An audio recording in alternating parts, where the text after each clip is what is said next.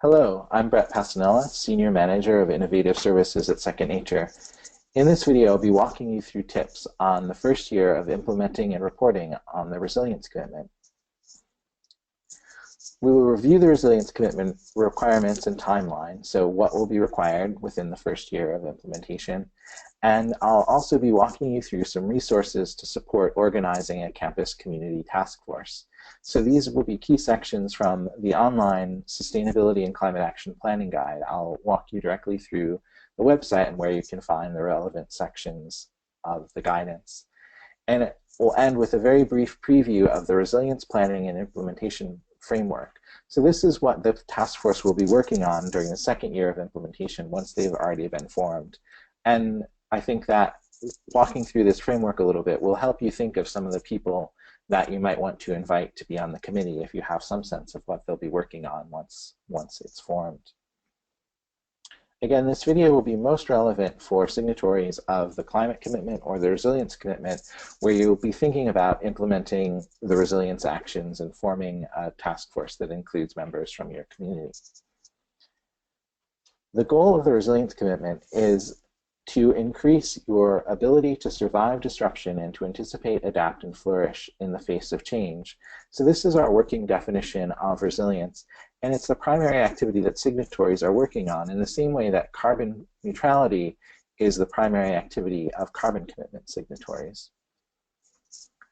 Notice that in the additional goals, there's an emphasis on integrated planning rather than a reactive response to climate disruptions, and also creating a diverse, inclusive process and building a connection to your broader community.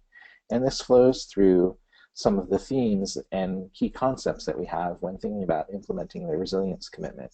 Resilience can't really be achieved by a campus in isolation. It only makes sense in the context of building a resilient community.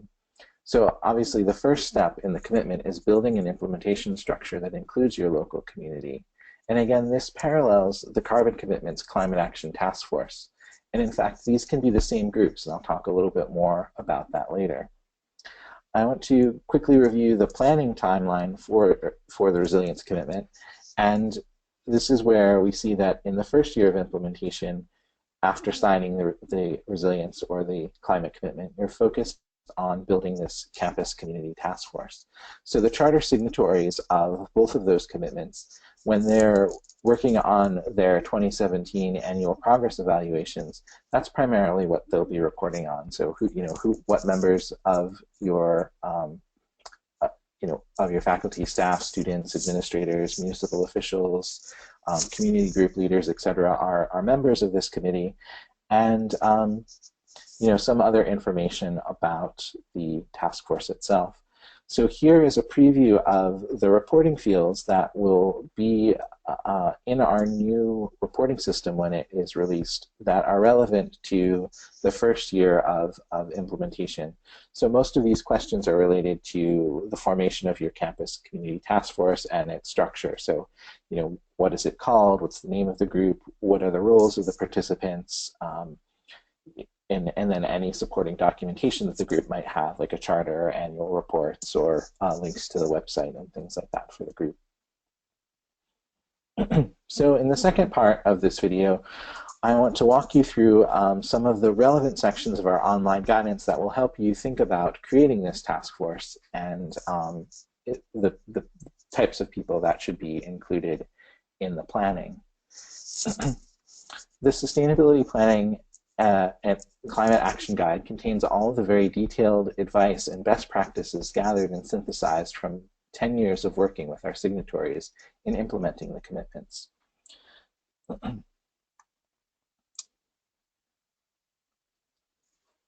So you can find all of our guidance in this section of the website on climate guidance. And opening this takes you to our climate guidance, and all of the detailed information is located here in the Sustainability and Climate Action Planning Guide. You can see that it's organized into two very broad sections. Foundations for Effective Action covers topics relevant to all signatories, regardless of which commitment you've signed or which stage of implementation you're at. The various chapters in the second section, Building Blocks for Climate Action and Sustainability, are focused on specific topics relevant to different aspects of implementation, such as climate resilience or greenhouse gas mitigation. So I'm going to highlight two topics that will be helpful to read about as you're planning your campus community task force. The first topic covers building the task force itself, and the second topic covers ways in which your campus might work with the broader community. The best information about the structure of your task force and the types of people you may want to recruit are found in the Organizing for Success chapter here.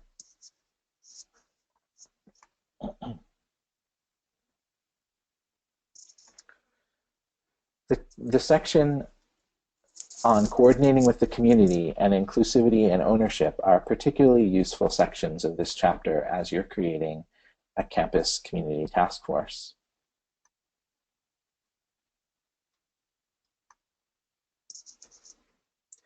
If you've previously been a signatory of the carbon commitment and you have an existing climate action plan and are just signing the resilience commitment, it's a good time to revisit your task force and review these sections to see if there's anyone else on your campus that should be involved while you're thinking about expanding to include the community in your planning. The campus community task force isn't meant to be completely new or duplicate group or replicate existing work. It can very much be something that builds on your existing campus structures. There's no one mandated way of organizing this task force. It will be unique to its campus and the campus's specific relationships with their community. It could be a group that the campus organizes and originates itself, say if your campus is located in a small community, or it might be a larger group comprised of several campuses and many other groups that's organized by your city government that your campus simply participates in rather than organizing. You know, say if you're located in a large urban area that already has a robust resilience planning task force. So we'll talk a little bit about that in the next topic. So working with the community, the climate resilience chapter is probably the best source for information about ways in which your campus can work with the broader community. Particularly the section on working with the community here and its subsection about characterizing the campus's potential role with the community.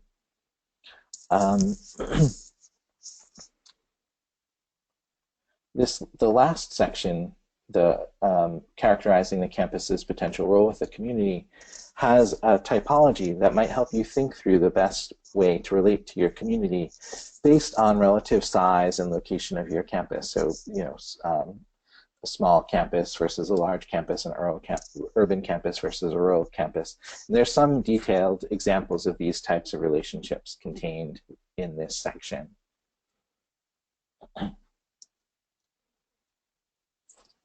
The last section I want to cover today is just a very brief preview of the resilience planning and implementation framework. These are the primary activities for the implementation in the second year. It's focused on developing a resilience assessment. So thinking about that will maybe help you think through some of the types of people that you'd like to invite to this group, knowing that, you know, okay, in year 2 we'll be conducting this resilience assessment. So who on my campus or in my community is a good person to help with that activity. The resilience assessment is the first stage in a 4-step resilience and planning and implementation framework that we've developed to support our signatories in achieving the goals of the resilience commitment and the climate commitment. In this step, signatories are really trying to benchmark their campus and their community and look for particular gaps or vulnerabilities to climate disruption. What are some of the characteristics that make the campus or community unique? What are some of the key capacities that the campus or the community has in addressing climate change and being a more resilient community. So in this step, the signatories in the campus will be benchmarking and determining where are those overlaps. And I want to take you back to the online climate guidance and to show you some of the key locations in the guidance where you can find information about conducting a resilience assessment. So back into the Second Nature homepage, you can also get to the climate guidance by going through this header at the top of the page called What We Do, and going down into the drop-down menu onto climate guidance, and this takes you to the same climate guidance page where you can also get back into the sustainability planning and climate action guide. The overview of the planning framework is found in the chapter on climate resilience. So here. And the relevant section is a resilience planning and implementation framework. And this walks you through the 4-stage process that I showed in the slide. Particularly this first section here on resilient assessments is particularly relevant. There are also some other chapters earlier on in the guidance that are relevant to conducting a resilience assessment. So there is a chapter on there's a chapter on resilience assessments within the assessment and prioritizing action section here. So called resilience and climate vulnerability assessments. So this section is relevant to helping you think through that first stage of the planning framework. And there's also a section that is particularly relevant to indicators of resilience in the measuring progress chapter. There is a chapter specifically on resilience indicators of progress here. And so this will be one of the key outcomes of the resilience assessment, is developing a series of indicators for your campus and your community that you'll use over time to track your level of resilience as you implement the commitment. So this is another good section to think about when you're trying to determine who to invite to your campus community task force. So all of the materials that we discussed today are listed here in the video, and you can find direct links to them in the description of the video. So here are the sections on building the task force, the sections on working with the community, and our overview of the resilience planning framework and resilience indicators. And links to all of these sections will be in the video description. If you have any additional questions, please reach out to us at reporting@secondnature.org. Thank you for watching.